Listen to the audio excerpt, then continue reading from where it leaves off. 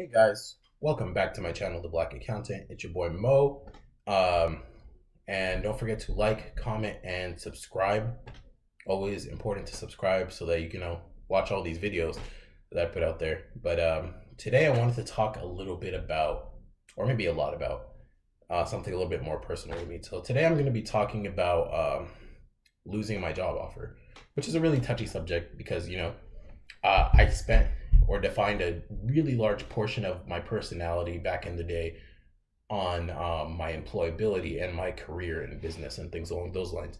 So it really hurt me to lose that offer, not because I wanted it so badly, but because it just didn't sit right with me to have lost it and not have been the one to quit or to give it up. So to have somebody call me and say, "Hey, unfortunately, we've decided to revoke your offer," which those words just sat really heavily with me. So, just a little bit of context.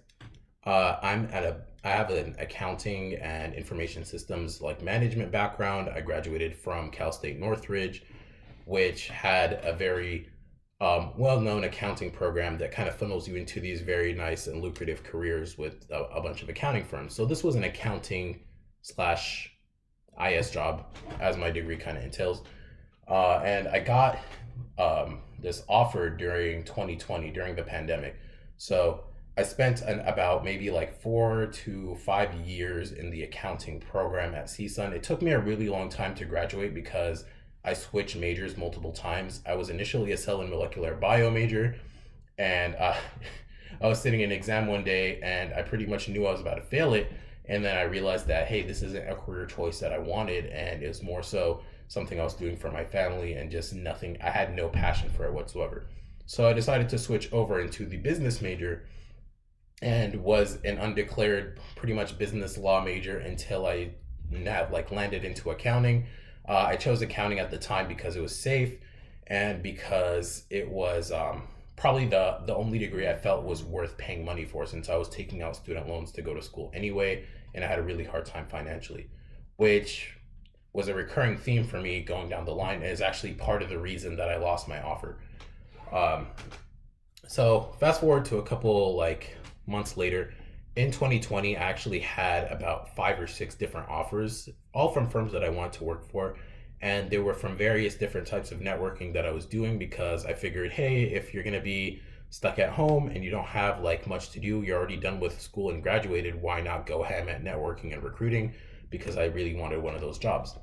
So I did, and it ended up landing me a bunch of offers, which, me knowing my background and knowing what I was going through at the time, I accepted about 3 of those because I knew there were chances of something falling through the cracks or something not working out, because I always assume in my mind the worst case scenario and prepare for that.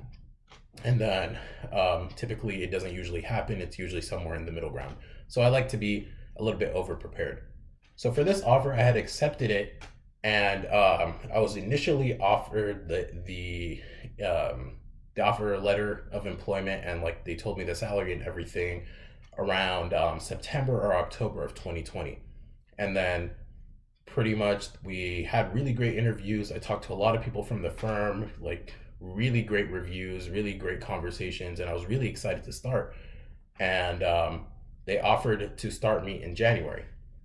And I had accepted at the time, but then in the period of waiting, I got another offer for my top firm, my dream firm that I really wanted, and I was really banking on it, and I didn't think I'd get it, but I got it. So I accepted that one as well. And the initial firm, that the time of January was coming around, and I was like, hey, I might actually end up starting with this other company that I want more. So I asked them to extend my start date to later in 2021 to around June or July. And they obliged because I gave them a very valid reason for it, which was true at the time, that I was actually studying for my CPA, and that I was in the middle of a transition of sorts from like moving to my parents' house and other things along those lines. So they granted it to me, and then they went ahead and did a background check. Now, my background check turned up financial issues that I had. So in my background check, the things that ended up disqualifying me were that I had a Wells Fargo credit card that I had ended up closing for a smaller amount than I had initially borrowed. So I had a $2,000 credit limit on. I ended up paying 1,400 to close the complete account, and because I had been going delinquent since during the pandemic, I became unemployed and had a lot of issues. So it came up in my background check, but I had let them know before the background check was even initiated that, hey, these are some things that you probably might find that are going to disqualify me.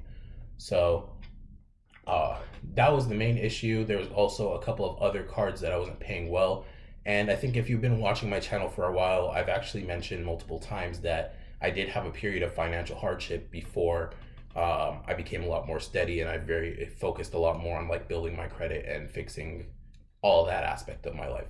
But that's the reason I got disqualified, along with another issue that was going on, which I think I'll save for for another time to talk about, because I feel like it was really racially charged, and it was something that affected a lot of my recruiting for the time that I was on campus and I was still a student, and even affects me today. But that's the main reason I lost my offer over financials, because you might think that this isn't typically something that would happen, but since it is an accounting firm, an accounting job, and you'd be in a capacity where you kind of handle money or being in charge of things along those lines, it's kind of a red flag to the firm that, hey, no hard feelings, but looking at your history, you are likely to embezzle, or you're likely to commit some sort of fraud. So we just don't want to take that risk at all. So that's probably the reasoning that they went through in rescinding my offer. Luckily, like I said, I had other backups. So while it didn't hurt me, it didn't hurt my pockets at all. It hurt my pride and it hurt my ego a bit. So that's like the main reason for that one. I actually did get another offer rescinded as well, and I think I'll talk about that in a later video, but that one was for a little bit more personal reasons that I still feel somewhat angry about. So let me know about your thoughts on the topic below. I'd love to hear your opinions on this. Have you ever had a job offer rescinded? Have you ever quit a job for whatever reason? And I'll see you guys in the next video.